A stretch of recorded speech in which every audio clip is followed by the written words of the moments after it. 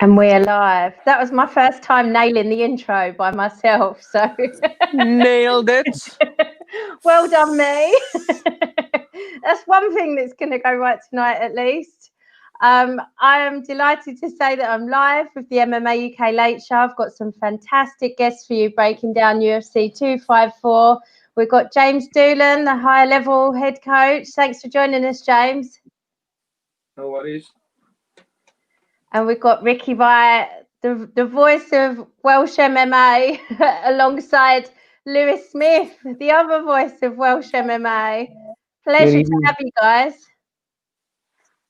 Thanks for having me, Katie. And I do have to introduce our fantastic sponsors before we come on to some Welsh MMA news. So Fight Fuel is a supplement and clothing company founded by martial artists for martial artists and all combat sport athletes. The aim of the company is to supply supplements and clothing of the highest standard to all fighters and warriors so they can train, perform and win. Did I say it right that time? For all them warriors that can get each other and stop worrying so much. And talking of warriors and not warriors, I'm delighted to say that Mason signed for the UFC today. That's great news, guys. Well deserved, and we knew it was coming, I think. So what did you think, Lewis? Well, just over the moon, really, to be honest. It's one of those, I had the feeling like when he first won, there was part of me thinking like, are we going to get some kind of announcement a few days after of like that picture with him with the contract? But it didn't come. I've got a feeling, Graham might have been on to him to say, look, we were a double champ, get this guy signed, and it's happened. As you said, thoroughly deserved, and I think he's got a big future in that division, to be honest. Like Mason, he's got so many talents in so many areas. He's so well prepped. I really see him going all the way to the top of that division, and it's a stacked division, but maybe I'm biased, but I honestly see the sky as being the limit for this guy. He's 24, and yeah, he's got all the way to go, I think.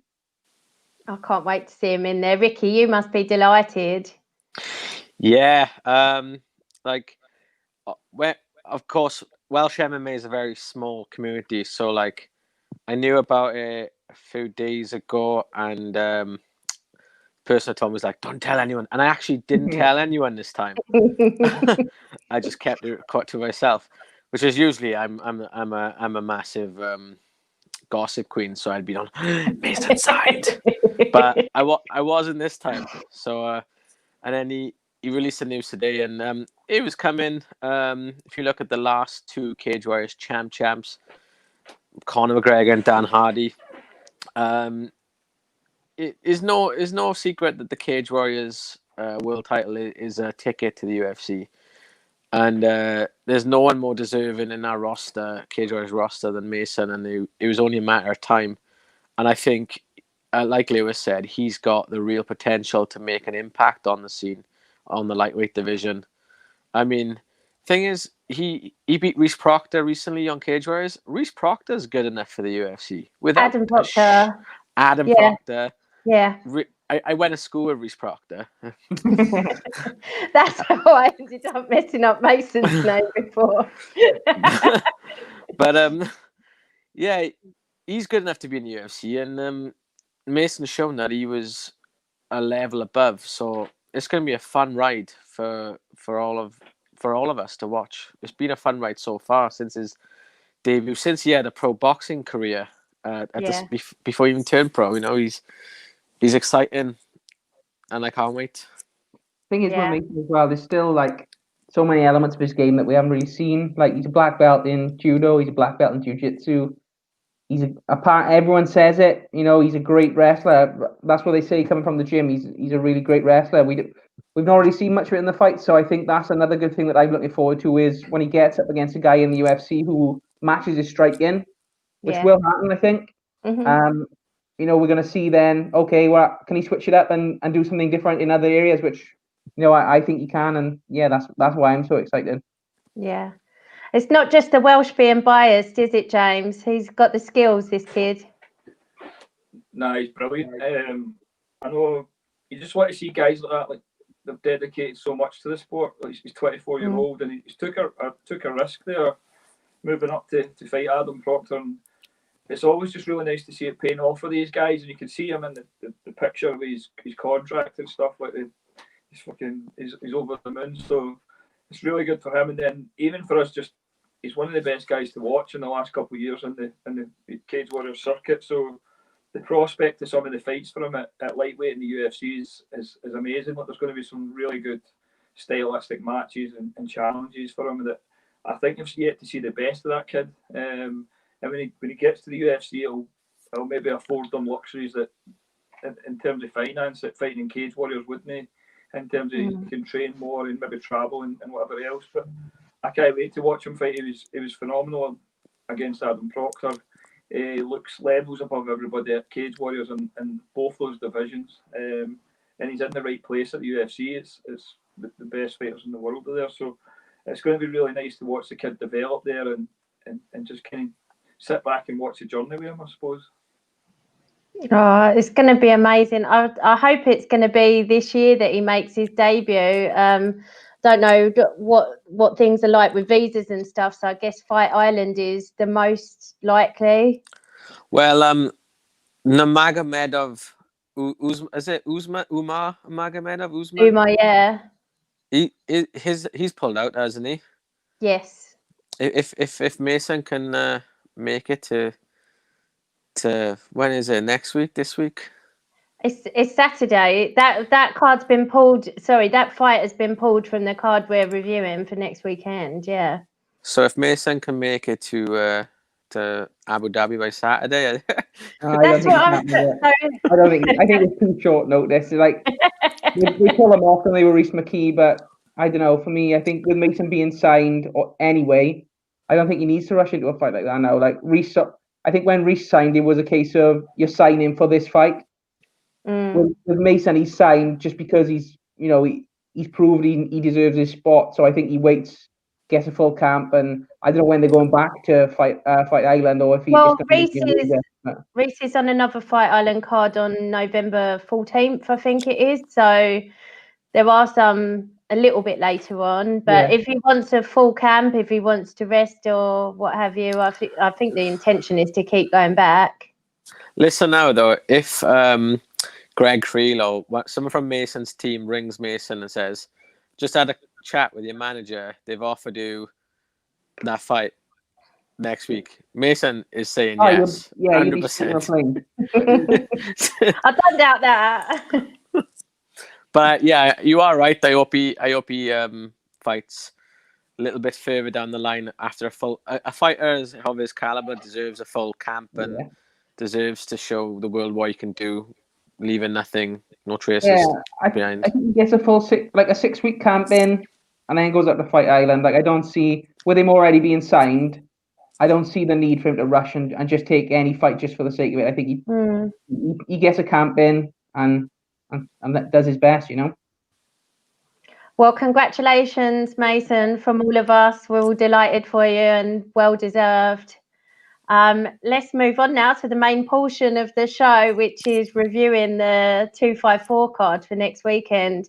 This has kind of crept up on me, but we've got Khabib Gaethje next weekend, people. How are we feeling about that? Well, I absolutely panicked earlier when Brad Wharton put on Facebook that Nurmagomedov is out. I know. Wind-up merchants are just having a field day with this one, aren't they? I was like, my life is over. But it's the other one. It's the one nobody cares about, so. Charming. Well, James, I'm going to come to you first to see what you think of this fight. I think in a lot of people's opinion, the fight they've been most looking forward to this year. Do you think it will live up to the hype? I think any fight with Gaethje, it always lives up to the hype. He's never in a bad fight. I think Khabib wins. I still think he'll win. I think he'll still pretty much have his own way. When most the interesting factor for me is the fact that his dad's not there. I'm interested to see how if he keeps his discipline.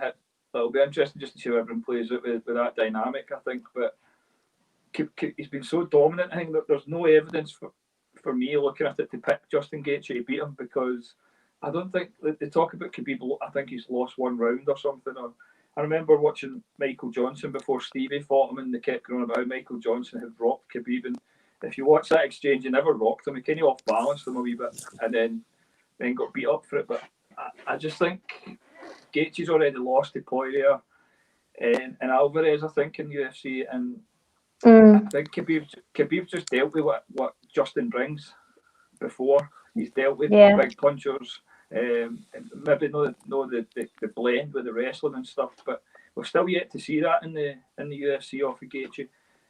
And he openly talks about not wanting to wrestle because he's not going to gas to do it for 15 minutes. And now he's in a fight for 25 minutes where he's going to have no choice but to wrestle at points. So I see Khabib winning. I'd imagine he's going to have to come through some spots.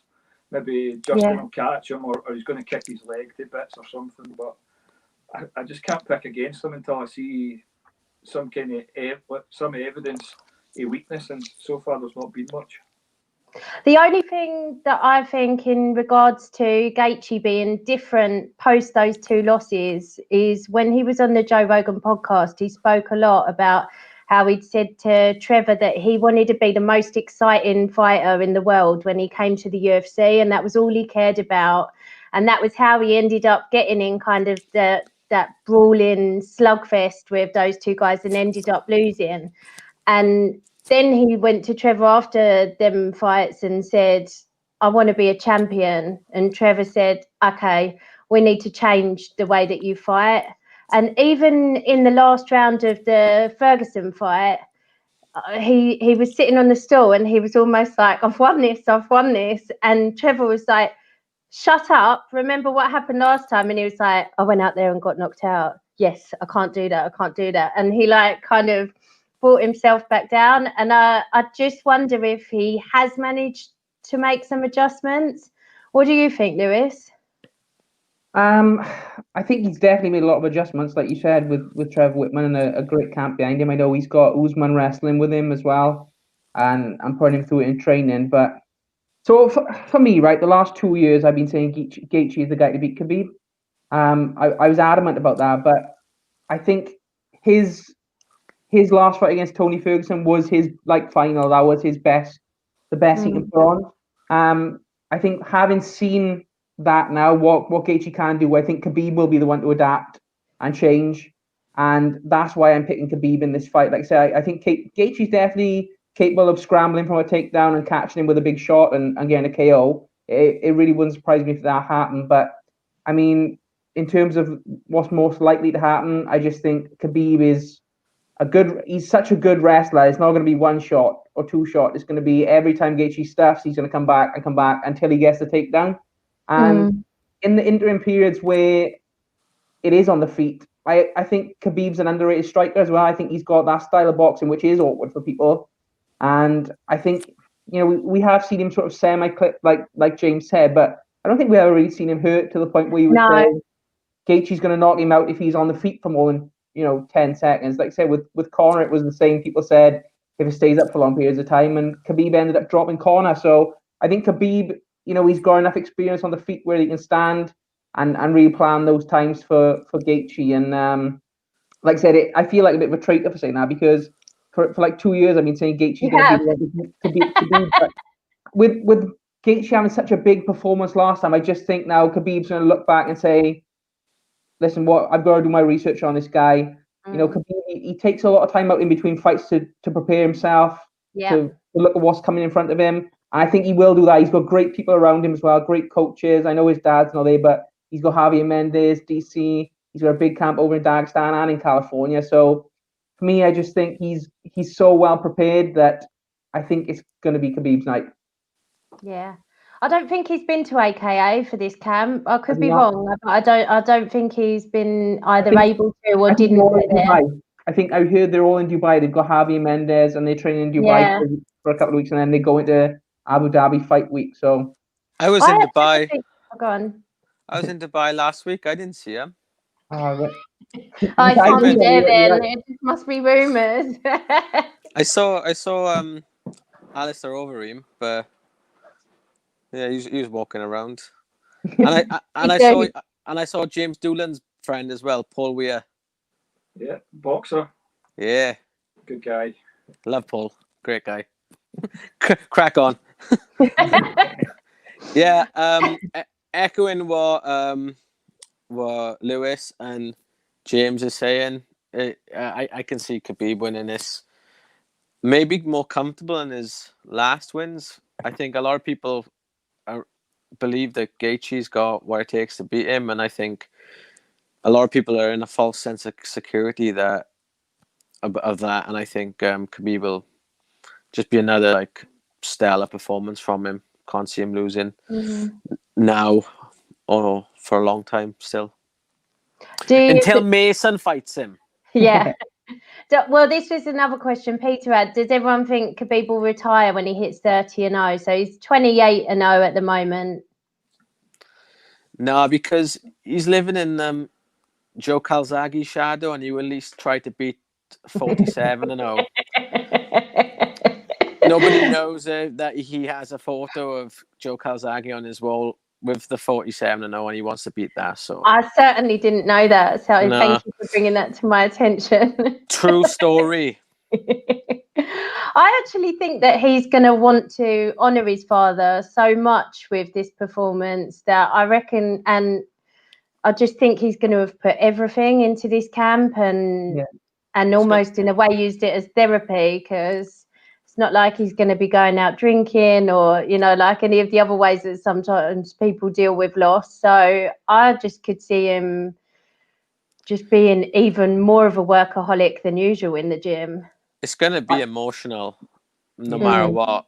Yeah. So get your tissues ready for the decision, because I think it's just going to be heartbreaking. I remember when Molly McCann fought after her stepdad died. Yeah. And I think it might be Brad Wharton did like a post-fight interview in the cage with her. And everyone was leaking out of their eyes. It was so fucking sad. Molly was crying, talking about, and it'll be the same with Khabib. I don't think he's crying for you. He's so stone-faced. I think he's going to retire if he wins. Do you? You don't think he'll wait till 30-0? No, I think if he wins, he'll bow out on top. I mean, 30, yeah, it sounds good, but at the end of the day, it's just a number. If he beats Gaethje, what else is there for him to fight, really? Conor again? He said Dana's promised him something big, something massive. GSP is the only thing I can think of, but I just don't see George taking that fight, if I'm honest. So, I don't know. To me, I just think it's like, you know, Henry Cejudo bowed out after beating Dominic Cruz. I can see him. Oh, he'll be back though. Like I feel like if Khabib does it, he will actually do it. I think Khabib's going to step out on top. That's my gut. You know, I don't know, but I just think this is a big fight now with Gaethje, and after that, I don't see much else there for him, to be honest. A big part of the promo is that his dad wanted him to reach 30-0. Supposedly, you don't think that will make any difference to him? Maybe, I don't know. I just got I don't know. My gut instinct is telling me this. If he wins this, wow, this could be the last we see of him. I don't know why, but that's just. If he'll retire at 29-1, because Mason Jones will be his 30th opponent. That's it, thrown in at the deep end, Mason. But James, who do you think would be next for him after Justin if he does manage to get past Gaethje? I don't know. There's probably still some people who'd want to see the Ferguson fight. I don't think I would. I don't think he'd sign to fight Conor again. I think he hates him that much. He'll just refuse to give him an opportunity to get that back. Not that he would get it back, but I'm not sure. I don't think the GSP thing happens. I think Khabib would absolutely smash GSP at this point in time. I hope it's not some stupid boxing match where he's fighting Floyd Mayweather or something. So I think he'll get to the 30 like he wanted for his dad, and then he'll bow it. I don't think when he goes, you'll not see him again. I think he's got a lot of interest outside the sport, and he's just that type of guy. If he says something, he'll commit to it, and that's it. I don't think anybody can change his mind. So Christ knows, we need to wait and see how maybe some of the the next fights at lightweight play out. Failing that, then Mason Jones in Wales would be pretty cool. Diego Sanchez, perhaps. Oh my God. So Joe Barton's going Khabib submission. What's our final say on it? We're all going Khabib. Do we think it will go to a decision, or do we think he'll stop him? Decision. Yeah, four rounds to one, I think, maybe. Yeah, I think Justin's a tough guy, but yeah, I agree with you. I think it could be more one-way traffic than we would like to believe. But he needs that one shot, doesn't he, Justin? He needs that huge shot to just completely lay him out. I think. Other than that, I don't see it happening for him. It wouldn't surprise me if it happens, because Justin is so good, and I could see like a mad scramble, Justin getting up first, landing a big elbow, or so you can't see it, but you can see it, Lewis. head it wouldn't surprise me if it happened, but I think Khabib's going to do it. Yeah.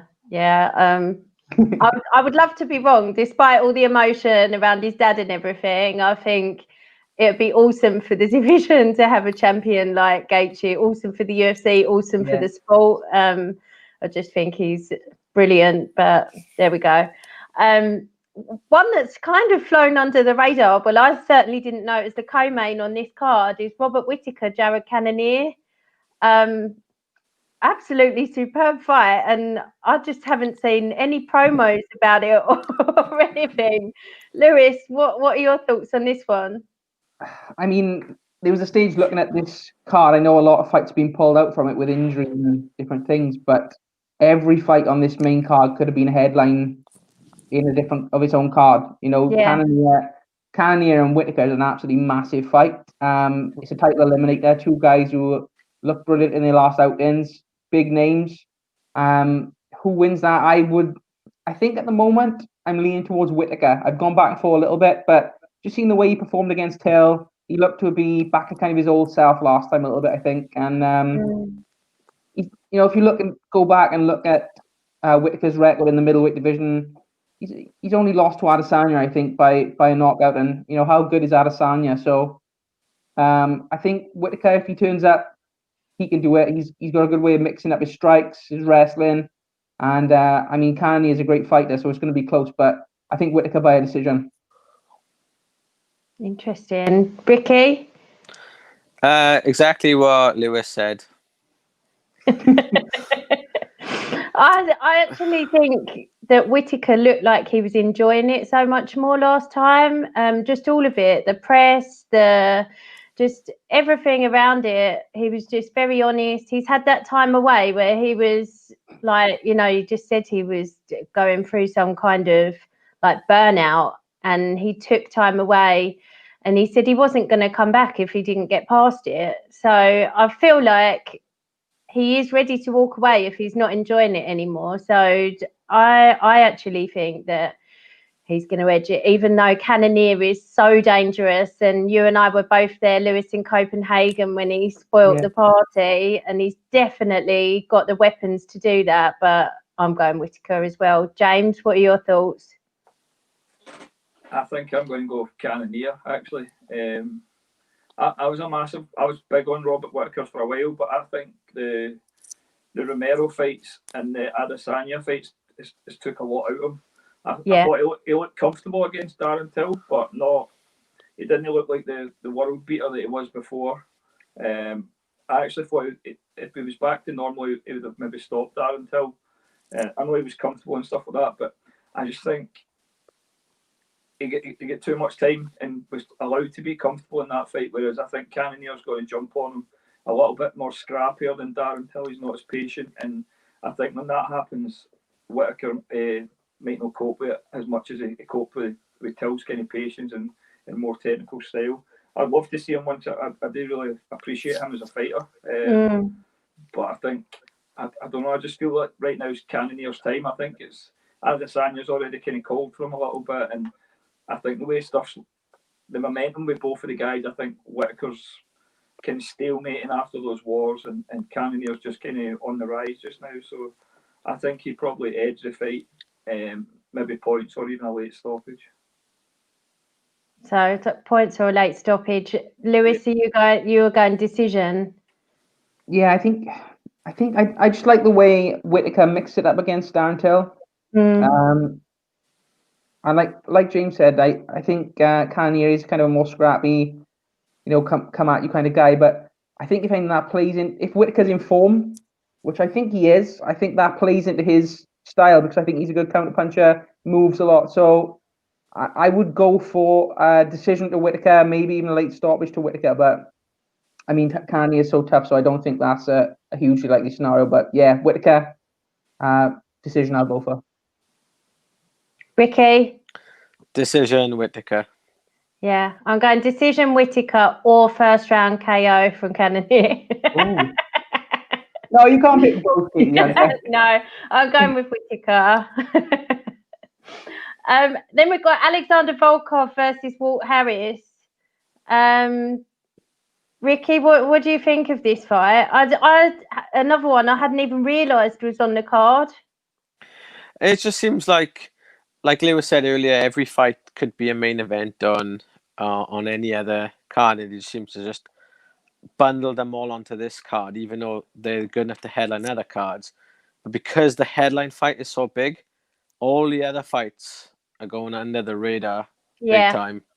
And it's just another great fight between two guys that can definitely challenge the division in future. Don't ask me who I think is going to win.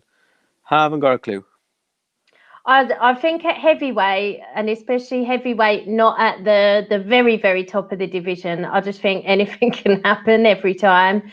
Either one of them can knock each other out because they're so big and they got such heavy hands, or you can get a really boring fight where two really massive guys just can't knock each other out. So both of these guys have experienced both. But James, what do you think? Pretty much the same. It's 50-50, I think. I think I favour probably Harris just now. I know it was him that had the issues with his daughter, his stepdaughter, and you could see in his last fight he came back like there was something about him in his last fight. He came in and I can't mean to he fought, but anyway, he pretty much went through the guy, and I think he just looks like a hard guy to put away now. It's like someone stealed him a wee bit with the stuff that's been on outside. I think I could see him coming forward. The big tall lad pulls back with his head up quite high when he's getting pressured. Then I could probably see someone looking right over the top and just putting him down quite heavy, I think. So I'll tend to lean towards him, maybe a stoppage round late 2 or early 3, I think. Lewis? Do you know what? I don't know why, but I got a feeling this is going to be like a really boring 50-50 nullified fight. Yeah. I just you think about it. Both guys are coming off a loss. I think Harris was he KO'd by Overeem last time out? Yeah, I was just looking that up. Yeah, he lost to Overeem, so that was the fight that got cancelled when his stepdaughter went missing. So he came back and took that fight and lost in the second round. Yeah. Who was Volkov's last fight again? I know he's coming off a loss, isn't he? He beat Greg Hardy, which I mean, Greg is a guy who's kind of new to the sport, and then he lost to Curtis Blades. He lost to Curtis Blades. So I just feel like with those heavyweight fights, when you get two guys coming off a loss, both going to be a little bit tentative, and I think we're going to see a pretty nullified fight with maybe Volkov scraping out a decision just based on kind of a jab and a few long kicks. I'm not. I mean, watch now. It'll probably be like an absolute banger, 2.5 rounds of like craziness. But for me, I've got a feeling with both guys coming off kind of not unimpressive, but big losses. I think they're both going to be a little bit nervous, holding back, and I think, I think it's going to be a bit of a what's the word I'm looking for? Not a letdown, but I can see it being a bit anticlimactic and maybe bit of a damp squib. Yeah, maybe Volkov scraping out a decision just based on activity. Yeah. I'm not super up for this one, but you're right. It definitely is a fight that could headline like a fight night card, but probably one we'd get in Europe, I reckon. Who are you going for, Ricky? Don't ask. Yeah. We all seem like so overwhelmed with enthusiasm for that one. Because the fight before that for Volkov as well, didn't he get knocked out by Derek Lewis the fight before Greg Hardy? Yes. And then he went the distance with Greg Hardy, and all respect to Greg Hardy, he's a relatively Wasn't new that the one he was beating Derek Lewis up for the whole fight, and then So again, Such Derek Lewis. and then Harris, he's been fighting really well, but taking that KO to Overeem again, I see both guys coming in a little bit gun shy maybe. Like James said, he might have something more to like fight for now and like a point to prove. I guess Peter thinks that Harris will blow him away early. Before we move on, I'm just going to ask this question. Craig's obviously not in agreement with our predictions on the main event. Who will Gaethje's first title defense be against? Mason Jones. Khabib. I think it would be a rematch. I think it would be pretty unfair after all the title defenses he's had not to give him a rematch. Or Conor maybe, if Conor can get a win against Dustin. That seems like a likely. No doubt he would get it. Okay, so the final fight that we're going to talk about on the main card is one that's been made and unmade several times now. Magomed Ankalaev against Ion Cutelaba. First of all, what was that? James, will this fight actually happen? Probably not. Something will happen the next couple of days, no doubt. I just think it's one of those cursed fights. If it does go ahead, how do you see it going? I have Ankalaev winning that pretty comfortable, I think. I was at his debut in London when he fought Paul Craig, and he looked like there was some hype coming in about him. I actually spoke to his manages Stevie Ray. Ali had messaged saying we actually met, which asked how the guy was, and he's like, "Oh, he's very good. He's like, keep an eye on this guy." And he looked absolutely incredible until Paul triangled him. Paul done his Paul Craig special and triangled him with like 2 seconds left. And I'm pretty sure the Russians in his corner beat the shit out of him backstage for it. But since then, he's looked like the prospect that everybody was selling him as. He's looked at everything he's done, looked excellent. The other guy, Cutelaba, he's reckless compared to this guy. Makes mistakes. I think you've got a guy who, other than when he brain farted against Paul, super disciplined. He's got a process to everything that he does and sticks to it, and never gets flustered against a guy who's pretty reckless and who's lost fights in the UFC because of that. And I don't think he's fixed any of the kind of problems that have lost him fights before. Yeah, Lewis. I feel like we've talked about this fight so many times. I think we have been on a prediction show before talking about this one when it didn't happen. Yeah, I feel like I've spoken to James about this fight like 3 times already. If it happens, Ankalaev, like James said, I think, I got nothing to add really. Like I said, at this rate, I'd be surprised if we're not sitting here in a month's time talking about who's going to win again. But yeah. The great thing is we can never be wrong if it doesn't happen. Yeah, I'll go Ankalaev. What fancy dress will he turn up in? Just now. That's Cutelaba, isn't it?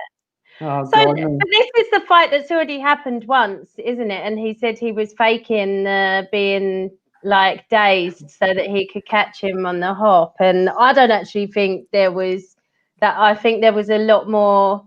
It was a strange stoppage, wasn't it?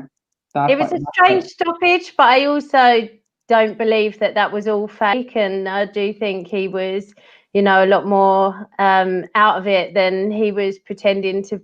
That he was saying he was afterwards. So all in all, I'm going for Ankalaev as well. I'm going for a stoppage. Ricky? I was on the fence until I heard James analyze the fight, and I was thinking, oh, actually, that's something I didn't pick out before: the recklessness and the discipline and how. So I'm exactly gonna copy exactly what James said. I'm going to put you first next time, though, so you won't be able to copy. Because the next one I want to talk about, and we'll come on to a question from Miles Painter, but the next one I want to talk about isn't on the main card, although it may get put on the main card because I'm assuming that some of these fights that have been taken out. So for anyone who doesn't know, the RDA fight is no longer on the card, and the Cynthia Calvillo fight is no longer on the card. Believe there were COVID positive results, definitely for Cynthia. I'm not sure what happened in the RDA one. I think it was his opponent who had a positive test. And Nurmagomedov, his is a staph infection that he's been hospitalized to be treated for, not Ouch. COVID. So sounds nasty, but not COVID. So yeah, the fight that I wanted to talk about next is London's own Nathaniel Wood. I'm really excited to see him get another opportunity over on Fight Island. He's fighting Casey Kenny.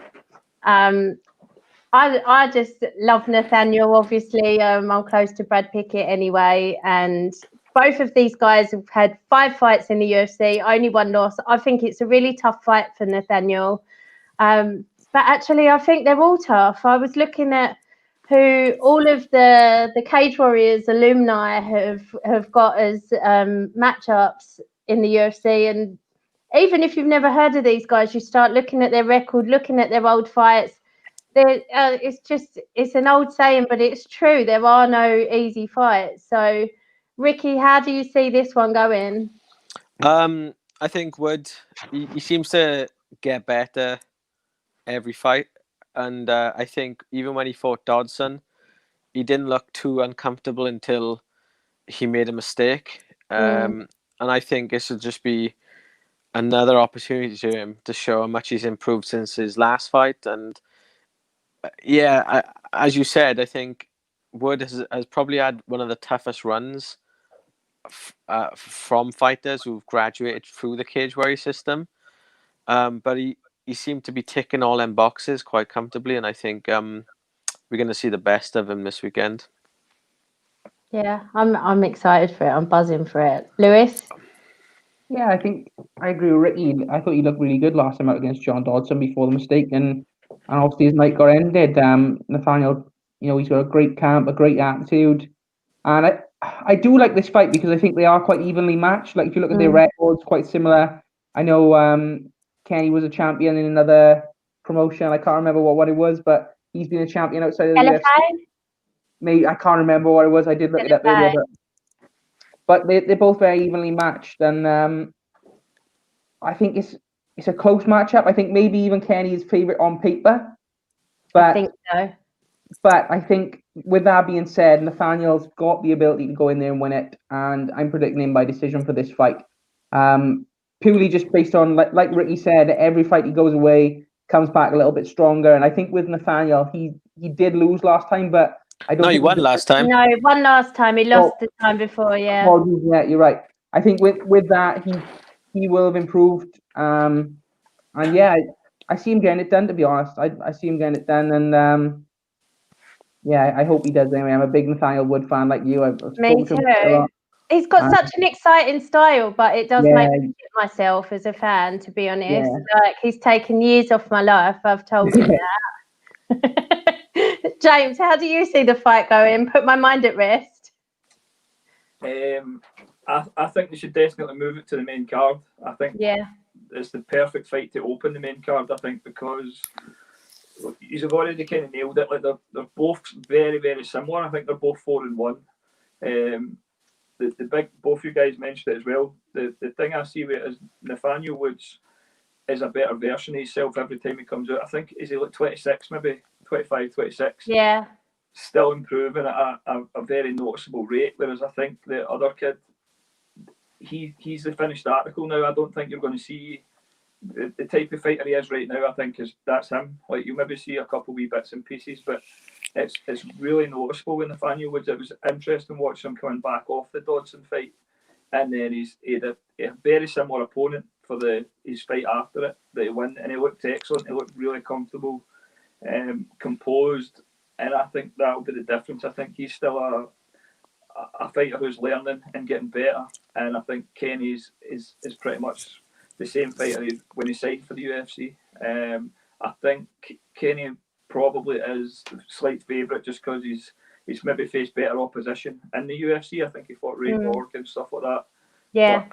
But I think anytime there's an American guy who's striking based fighting against a European striking based guy, I always pick the European guy. And I think you'll still see the best in Nathaniel Woods, and I think you get to start seeing the start of it from Saturday night. I think he's going to put on a very good performance. I think you're probably going to shit yourself in points. He'll get caught. He'll maybe get hurt and stuff, but yeah, you've seen it even when he was fighting Cage Warriors with Josh Reed and stuff. Yeah. He that kid thrives in that, and I think there's not a lot you can take away from the Dodson fight because Dodson's such a unique, weird little fighter. He's really negative, and I think guys that go at Nathaniel Woods are going to get good fights, and I think there's more possibility of those guys losing. I picked Nathaniel to beat him. I don't know if it'll be points or if he just maybe blasts his head off with a left hook at some point, but I think he's going to look outstanding. I think he's a very good opponent for him. Just to bring him up another level. I'd agree. In a division that's absolutely, it's outstanding now, bantamweight. It's incredible. Yeah, I think that is one of the, if it's not lightweight, I think bantamweight's got to be the most stacked division. It's just insane. Yeah.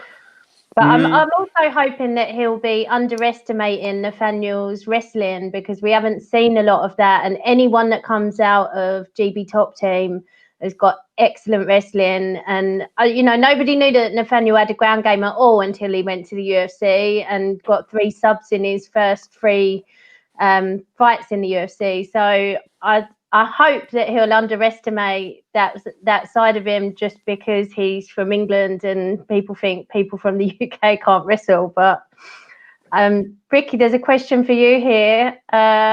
Peter Knox said, we want Shaw versus Wood. I really don't want to see this fight. I was thinking the other day, do you know how the Cage Warriors bantamweight division have always had really good champions? Yeah. You had Brett Johns, Nathaniel Wood, Jack Shaw, and what's the kid with the rat's tail called? That's Jack Cartwright. Jack Cartwright. He's like amazing. It's a shame that they've never got a fight defend the belt against each other. They've always just. I think they kept them apart on purpose because they both deserve to go to the UFC. They've all just missed each other. Do you know? Wood vacates, Johns comes in. Not John, sorry. Shaw comes in. Oh. Shaw vacates. Cartwright comes in, and it's like all 4 of them are just absolute killers, and it's a shame they've never fought each other or defended against each other. But then, why take a fight like that on a UK show when you can do it on the world scene? And if Shaw ever does fight Wood, it has to be a sort of like a fight night main event in Wales or in London. London.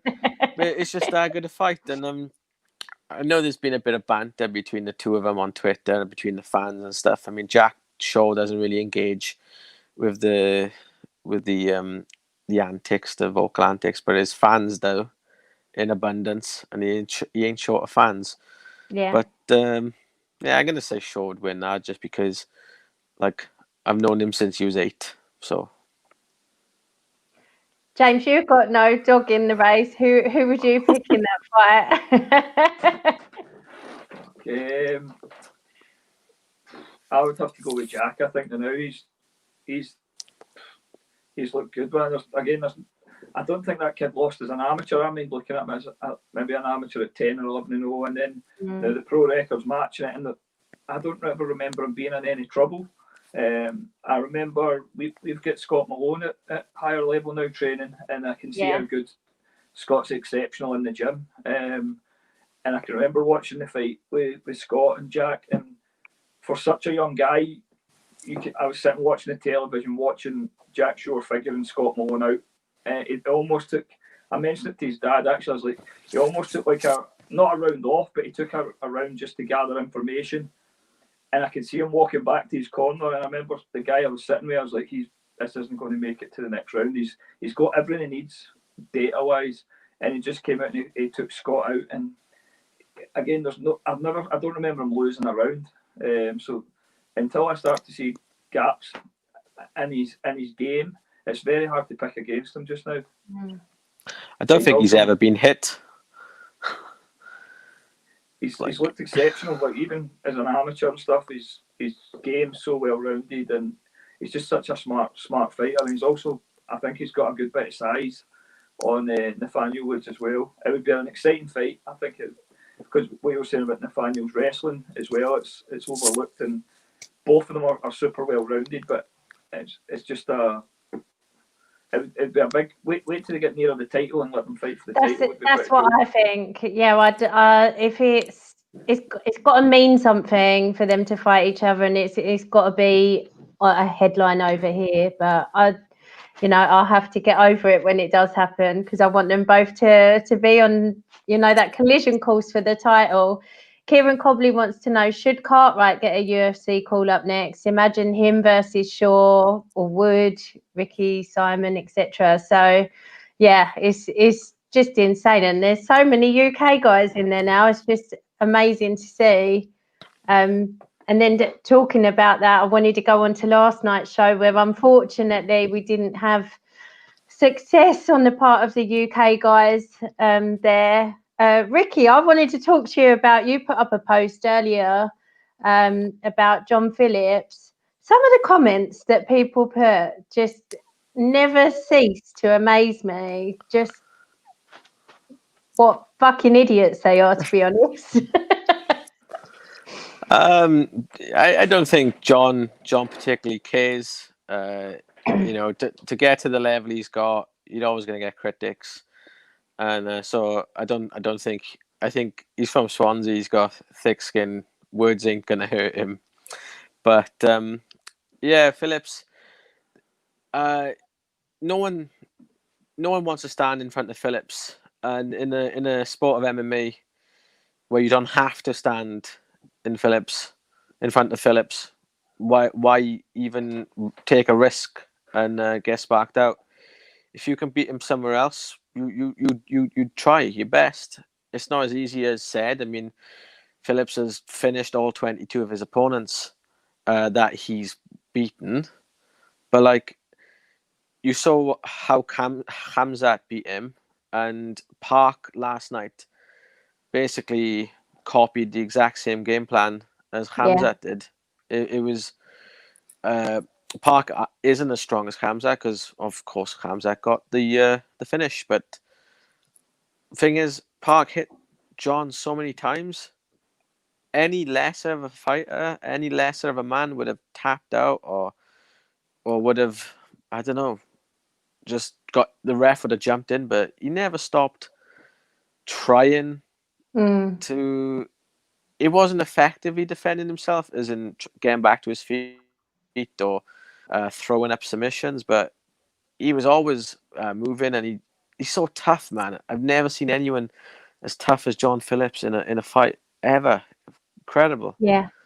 But he didn't get the decision. Obviously, it was a fair decision, 30-25, and I can't see UFC keeping him on now with a record of 1-5 in the division, and I think a move to either Bellator using the John Kavanagh connection through SPG, or one of the big bare knuckle organizations where I think someone of his power and talents could really thrive.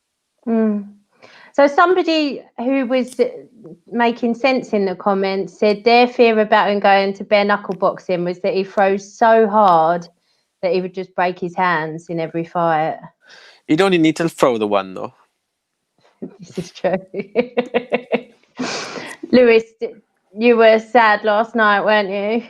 Yeah, it was difficult to watch. Like I said, I've spoken a lot to John. I interviewed him a lot, obviously with you with Wales Online, with MMA UK, with all the different stuff. Has been a fan as well, and yeah, watching him kind of get beaten like that, it's never nice. I think it's it is hard, but at the same time, John's so tough, isn't he? And Yeah. I agree with what Ricky said. I think probably the likelihood now is that he might be cut from the UFC. Unfortunately, where his wrestling's at, I just don't see any opponent they put him up there against who's not going to do the same thing. It's kind of hard for me to say that because, like I said, I'm a big fan of John Phillips, but those UFC middleweights is just so good. Like anyone they put him against now, I can see there's a blueprint that they're just going to follow, and I think you're going to get the same result over and over again. For John, I don't want to see him go to bare knuckle boxing. I think he's got so much talent and so much finishing ability in the sport of MMA. I'd rather see him go back and build on his skills. I know he's 35, but I think he's young for his age. I don't think he's, although he's taken a lot of punches the last couple of fights, I don't think he's taken a huge amount of damage where he's been rocked or, really sort of had his career ruined by that. I just think I'd like to see him go back, work on his wrestling for a couple of months, maybe even go out to Sweden with Hamza. He seemed to have a good little bit of sparring backstage with him and really just work on that for in the fight. And if he has to fight in Bellator, if he fights in Cage Warriors, for himself, I'd like to see him go in there and fight better and really live up to the potential I think he has. So I'd like to see him stick with MMA. I know that lure of money might be there for BKB because they do pay quite well from what I've heard. But for me personally, I'd like to see him go back, work on his wrestling to a point where he's not getting taken down, and then he can force a fight to stay on the feet and land those big hands. So wherever it is, whether it's another shot in the UFC, Bellator, Cage Warriors, that's where I want to see. I want to see John fighting in MMA and keep doing what he does best. I'd be surprised if he couldn't get an opportunity in Bellator with that connection with SBG and the fact I think there's so many good fights for him there. I don't know if they're looking to sign any more UK guys because obviously they've taken a load, but I think it would be fantastic for him going there. There's a lot of Welsh guys in there now as well, so I think that works. Your case of getting your event over to. It's just one of them people you love seeing on the card, and you're excited to watch him fight. He's great. And one thing I did want to say as well is for all the people comment online, like it's really easy to be a critic.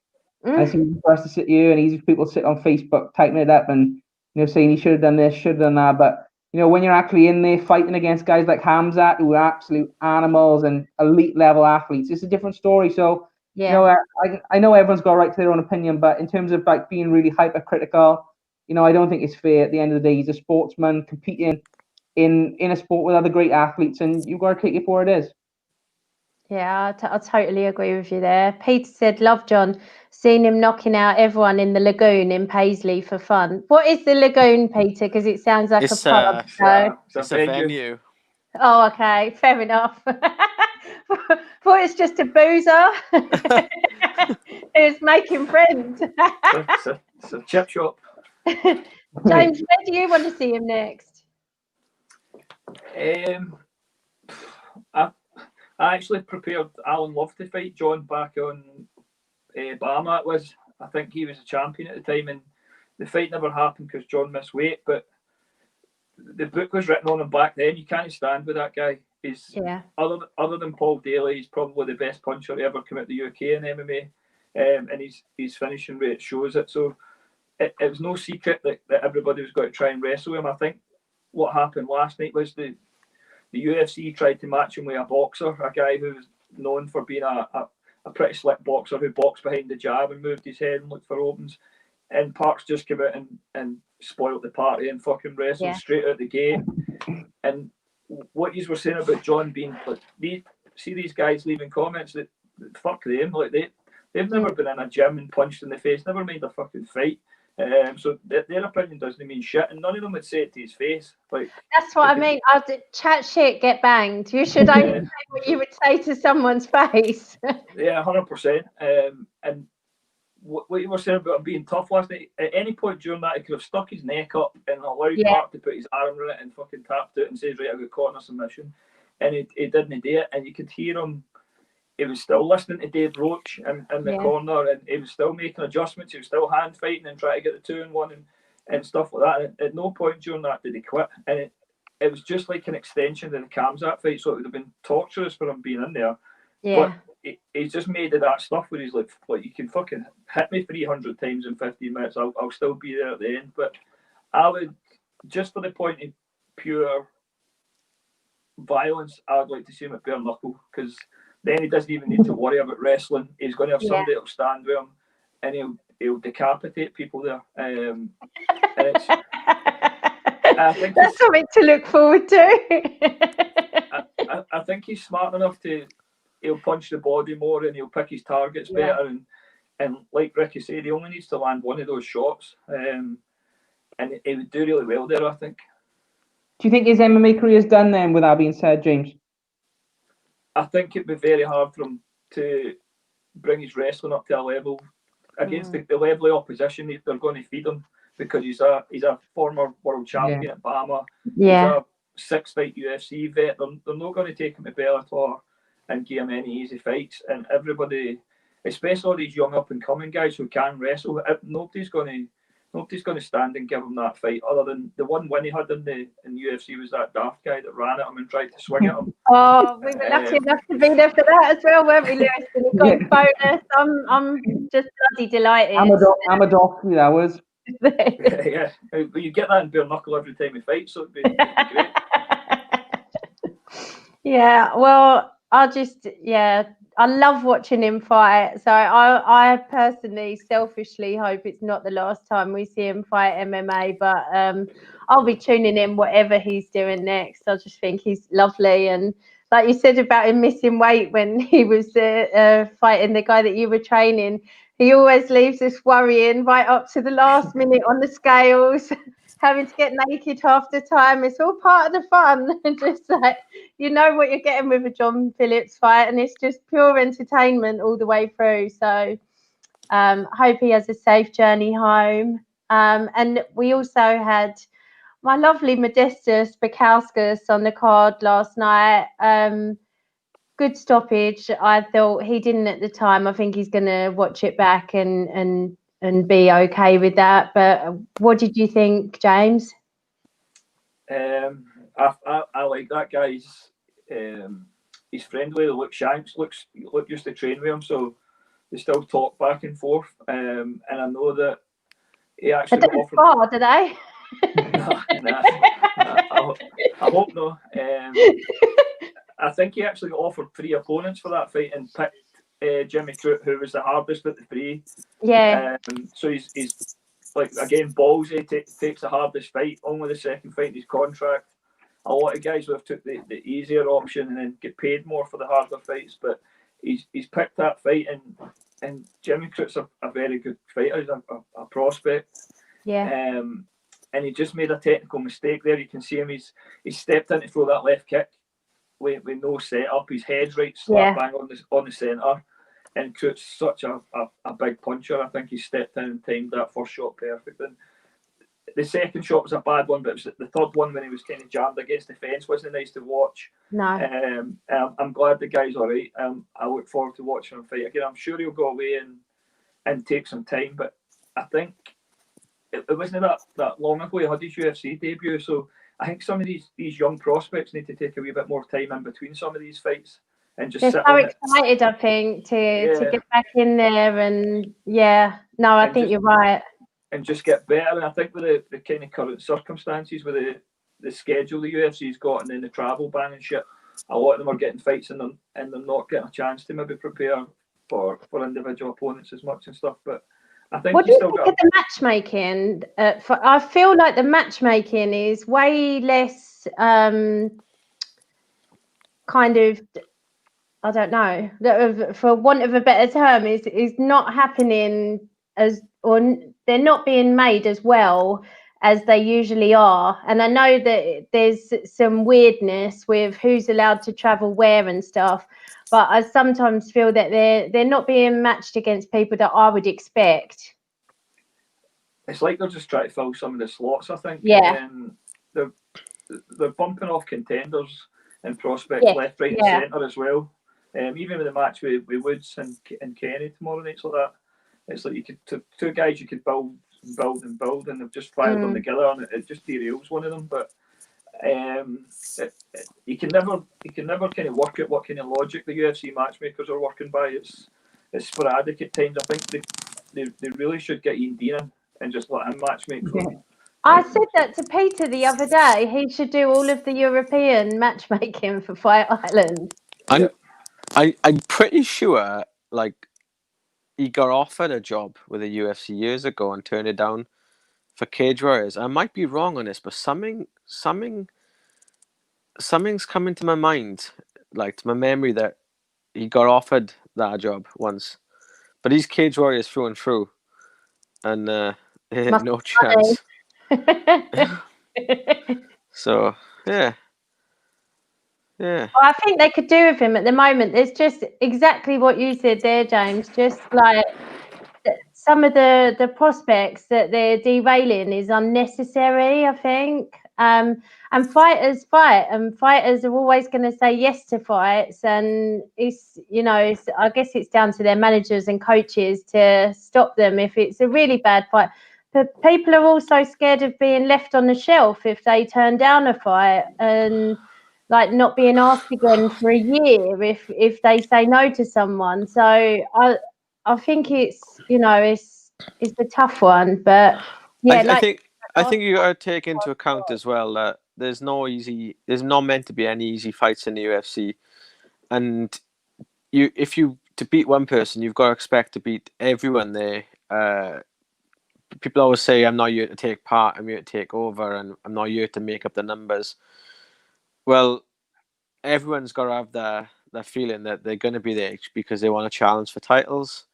And I know it's like, you shouldn't be prospects in the UFC. By the time you get signed to UFC, you should be like a seasoned fighter who take on any comers.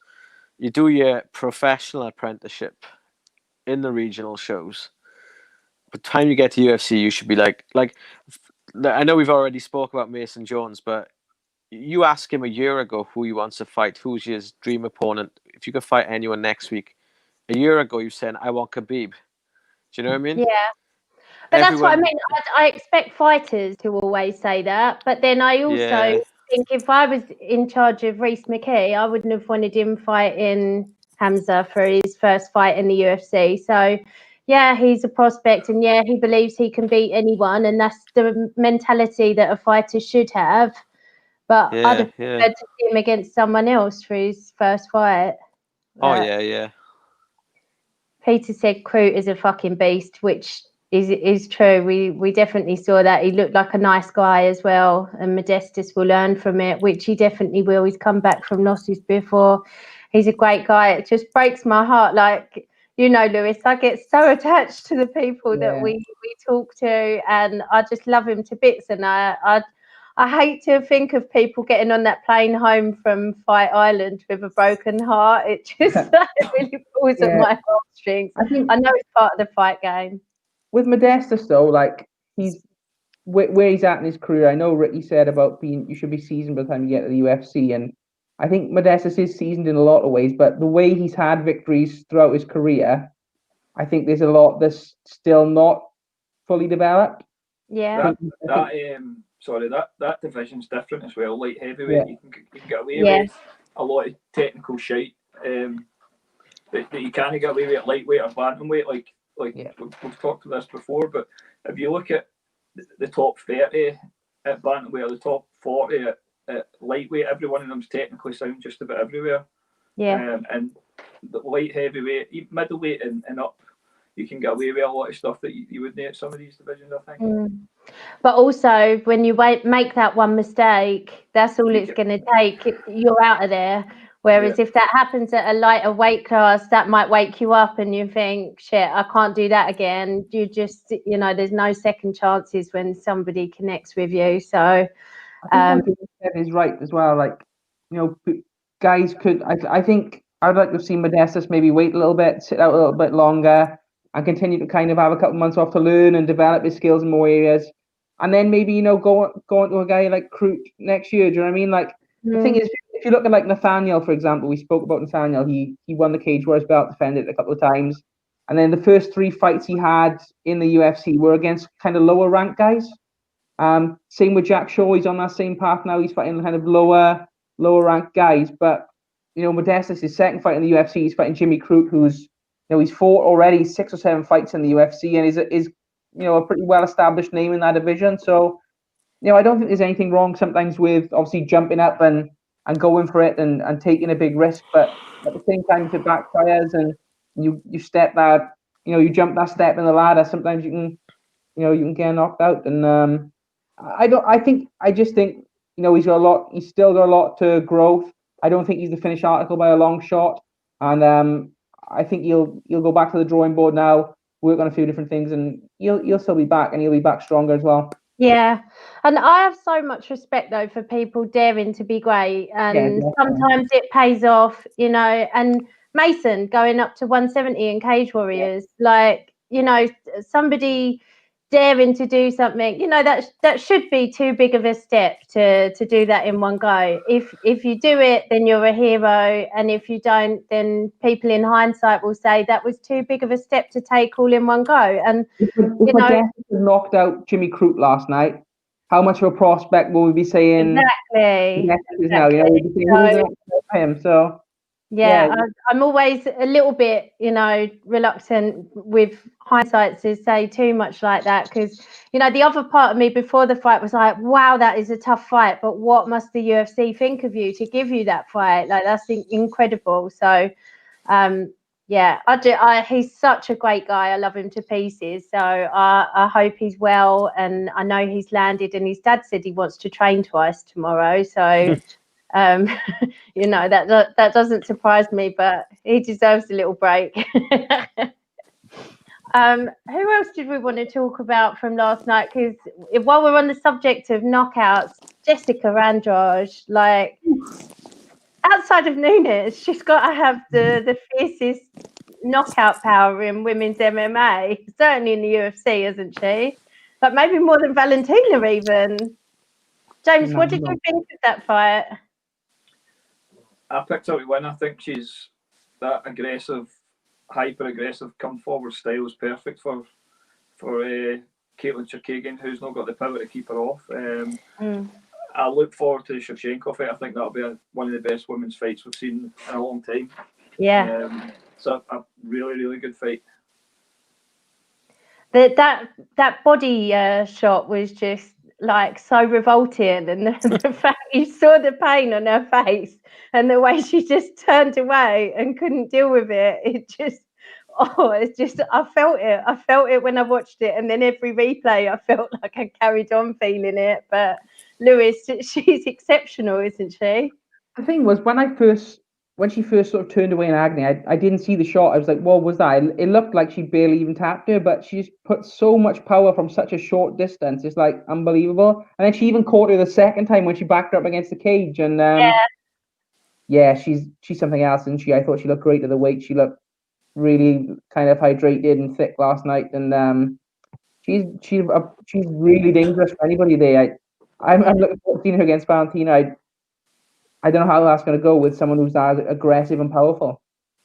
I think Valentina's more well-rounded, but Jessica is just so bloody powerful and aggressive, and the first woman to fight at bantamweight, strawweight, and flyweight. So well done to her making history.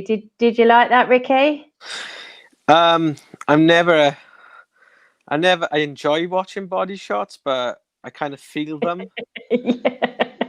And like Lewis said, he didn't see the shot land, and it was like a Bruce Lee 2-inch punch, just to generate that much power from that short distance. I'm really looking forward to the Valentina fight. Really love Valentina. I think she might marry me if I asked her nicely. But don't get your hopes up, Ricky. she's the reason I'm learning to speak Russian. So seriously, all seriousness.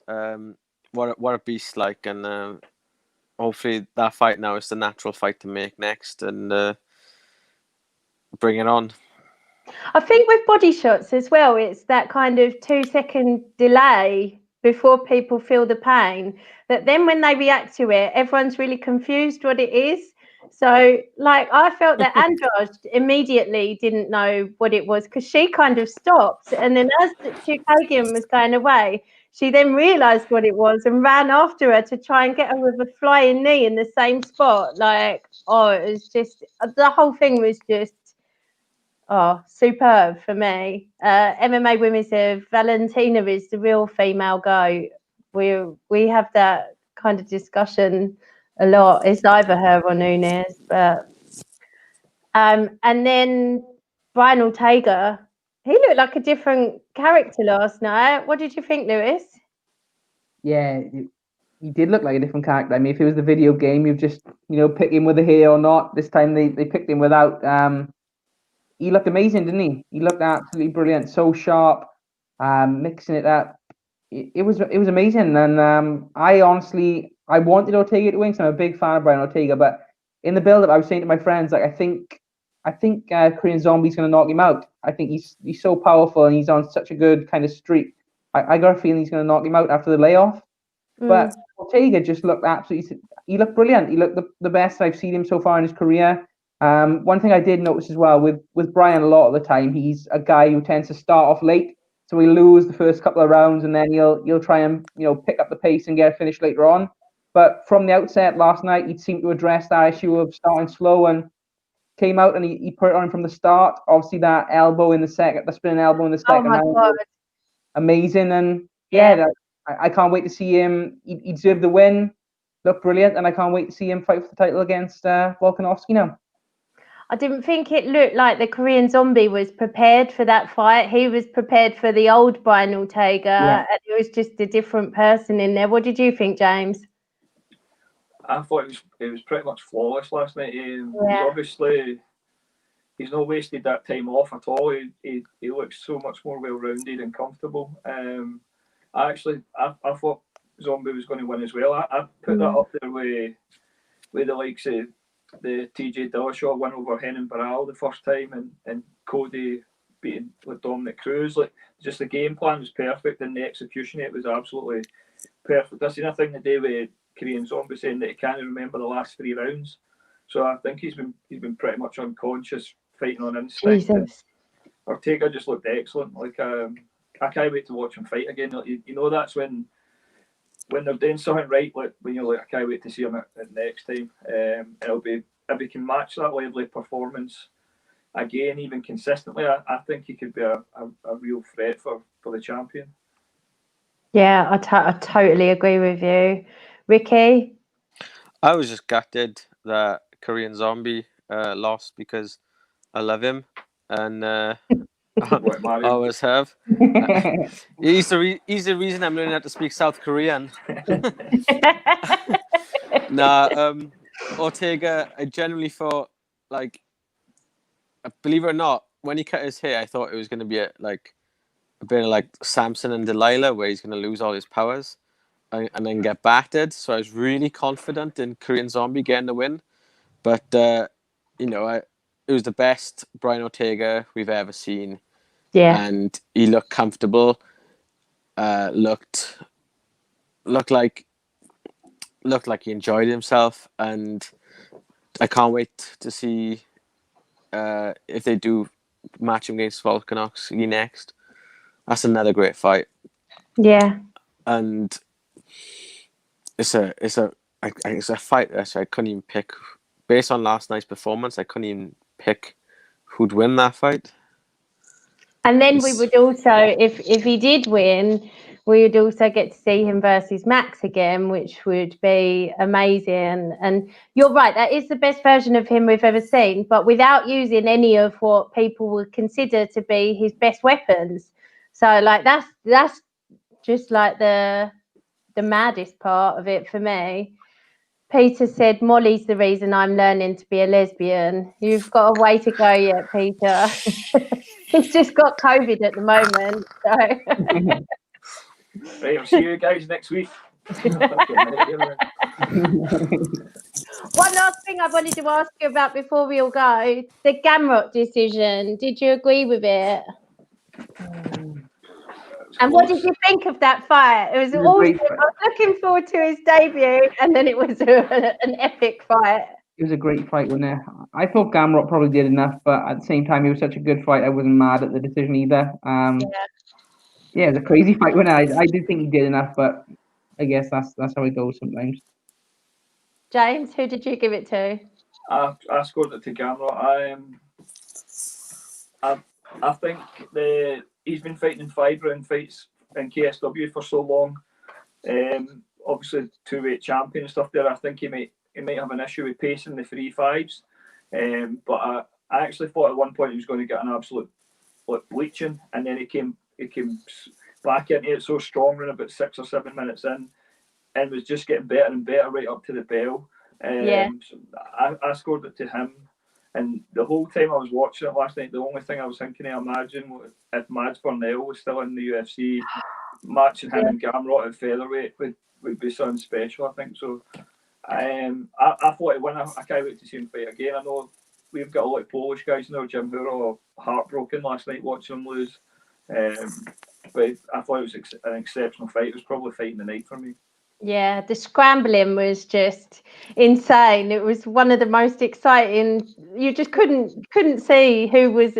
It just seemed like changing of the tide of who was winning and who had the momentum. Just was backwards and forwards the whole time. Did you agree with it, Ricky?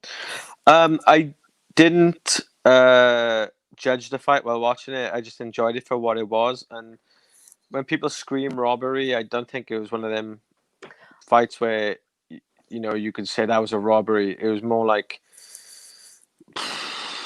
it could have gone either way, and most people would accept that. But what a fight!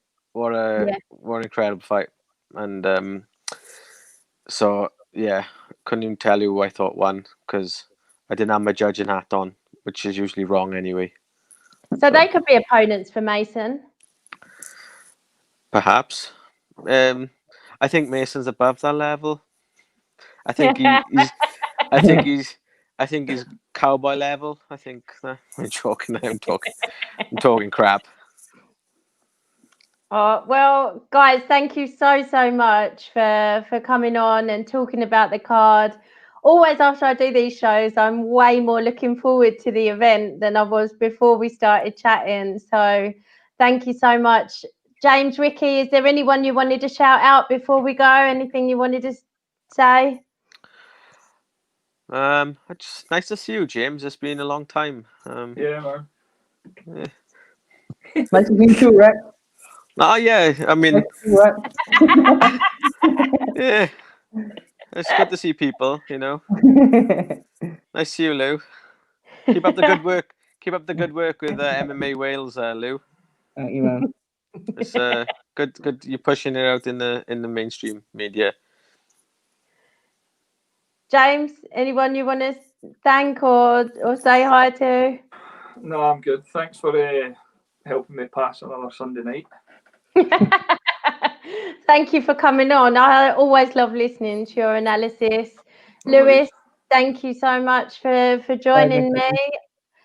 Anyone you wanted to say thanks to or shout out? No, not tonight. I just want to say it was nice to speak to Ricky Wright. Even though he didn't give me a shout out, I'll give him a shout out. MMA Wealth community got to stick together. So amazing. Well, thank you so much, everyone, and look forward to the card. It's on Saturday. It's on a really good time. The only bad news is it's pay-per-view. So yeah, that's a bit depressing, but that's the price we've got to pay for it to be on at the right time, I guess. Hashtag team stream. We couldn't possibly say that while we're live, Ricky. I'm only joking. Thank you.